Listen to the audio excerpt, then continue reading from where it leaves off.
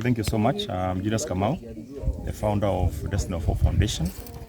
And this is a foundation that was established a few years ago and basically inspired by my own personal experience. As a person who basically was brought up from a very humble background, and as a boy child, I can associate with what I went through that time and what currently is happening. The foundation also is based by the outcome of the National Gender and Equality Commission report, which talked about the status of a boy child in Kenya.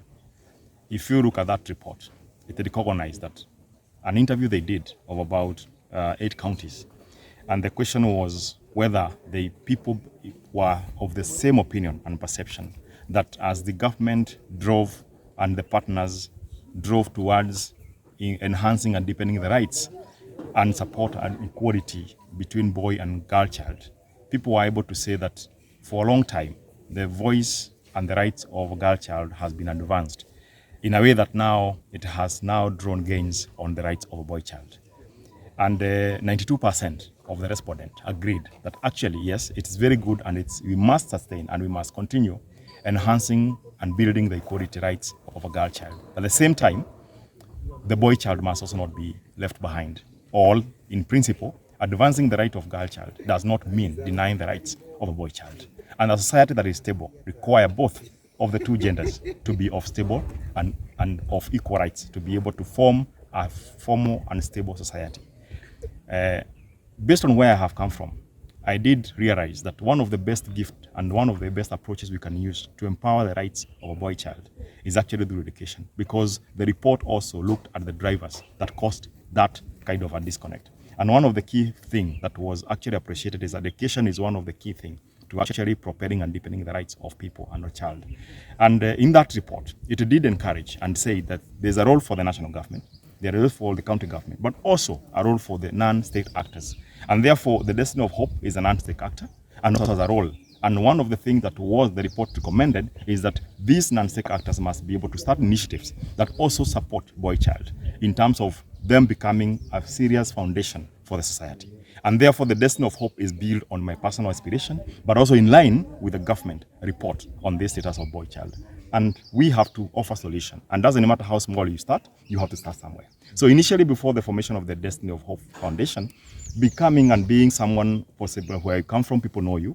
You'll come individual cases of a boy child who want to be educated, and I have been supporting several of them, but not in a formal structure. And I felt if this has to be sustainable, it's good to have an institution like this foundation so that it lives even after we are gone. The foundation will still be able to continue because it's a spirit of hope. So the name Destiny of Hope actually was well thought out. It was crafted to be able to tell people that we can connect them with their destinies, that even when things are tough, they still can hope to live for something. And therefore, what we did before the informal way of support, I did had a first cohort of this boy child from 4 day schools. One of them was Rotune, Gamwa, Karaba, and Kebutio. And in June 11th this year, we were able to launch that cohort, and I was able to do a check of about 200,000. It may not seem to be a lot, but I can tell you, to keep a boy child in a day school, you just need 5,000 per term. And that's why we are saying that the Destiny of Hope is not based on mobilizing resources on external sources. It is built on the simple and the Kenyan people, the ordinary Kenyan people. I know on a weekend, for example, in Challenge Men, we normally go to these places and you spend more than 5,000, 10,000 for just a meal. But that 10,000 is enough to keep 1 or 2 boys in school. And that's the principle. So the friends I have been coming to me and saying, I feel that you find me, we think we need to offer support. They give 500, others 200, others 1,000, 5,000, 10,000. And that money is a lot when it comes to put together. And now for the second cohort, the same people of 40, we continue with them, but we thank God that we have been able to add another 10 from Kaharo Secondary. So today, I've been able to do a check of about 270,000 to support this boy child to remain in school. The spirit is that the boy child are facing some few challenges. One of them from the society failure, where sad they fail. And for example, there's a divorce in a marriage. The boy child who is there almost take the role of being a husband. And even some other roles that are beyond their age, and that distress them and actually disconnect them from the normal life of academics. You look at the peer pressure, you have people who are boy in school, they are schooling, and then they say their friends, possibly they have started doing some things with the border riders, which doesn't require anything much, and they want to do so. And that has been pulling them away from school. There's this issue of drug abuse. The boy child is the first in the defense, and the report actually said that even when the admission is being done in the secondary school, you find that the boy child is higher number. But when they are graduating and they are leaving the school, the boy child number has gone down, meaning it is very likely that the girl child who is admitted in Form 1 have a chance of finishing Form 4. But a boy child who is admitted has less chance of finishing because of these issues. Then the society also has burdened a boy child when they say, for a boy, you can handle, you are born to suffer, and boys are not supposed to cry. So basically they are taught not to even explain themselves when they are going through challenges. And therefore, they have decided to carry things by themselves. Then they are the pressure of the society.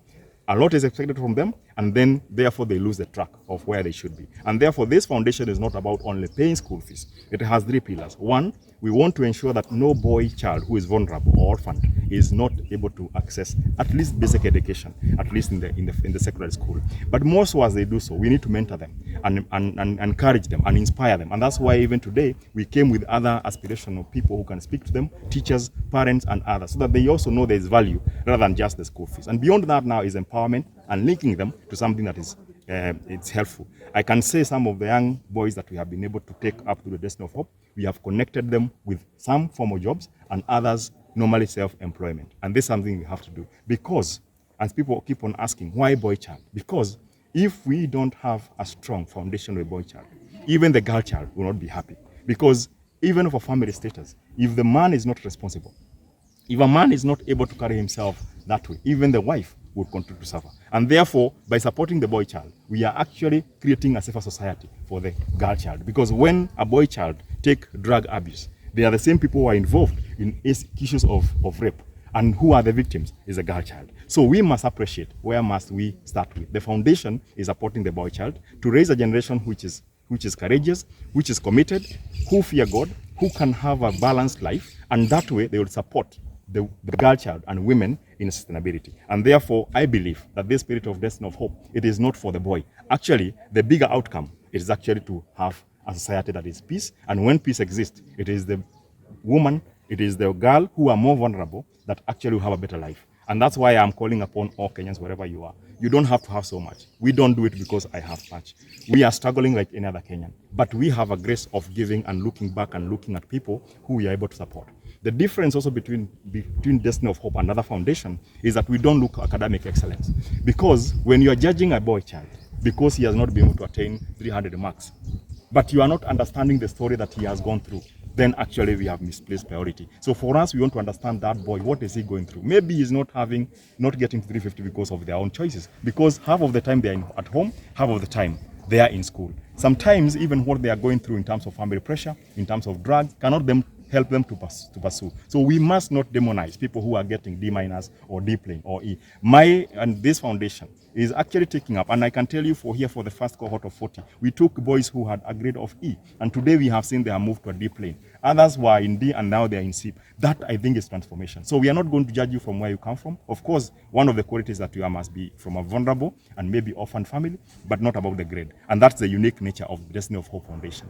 For all Kenyans who are out there, if you have something that you can say, I have 200, I have 300, 1,000 to support a boy, we have an organized way of doing it. And we will be able to ensure that the money you give is accountable. And that's why we have used the principles to be able to identify the needy student. I personally don't even know the 50 boys. I don't know who they are. Right now, they're 54. I cannot tell you their name. The only thing that connects us is that they are need, they are boys, and we need to stabilize their life so that they can make their parents happy, they can make their sisters happy. And when they graduate and marry, they can also understand and appreciate women and provide peace and security that a woman desires. For a stable family, a stable nation is born. That's the conviction that we have. Thank you. A quick one. Do you have plans to scale this foundation over and beyond Mukurwe-ini? I have to say this. I had to start from where I come from. Normally they say a prophet is not respected from home.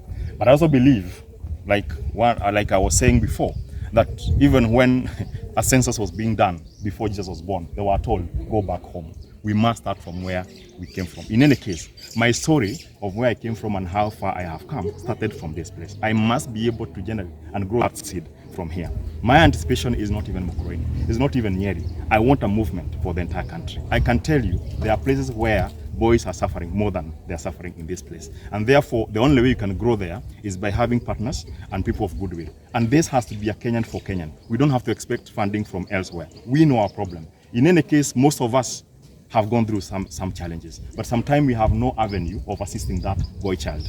I call upon all people, men, women out there, who has value. In any case, we are not doing boy child because of anything else. I personally have a daughter, but as I build that daughter to have academic excellence, I would also hope and pray that she will be married by a responsible man. Where are these men if we don't now deal with them now, so that even my girl and my daughter who I love so much will be married by a man who will also make me to feel that the daughter is safe. So it's a bigger conceptual framework, and I have to say that I hope and pray for one day that we are going to have a convention in Nairobi where we are inviting and we are having a family and a society of boys and their parents who we have supported for many years, and we congregate together and we have a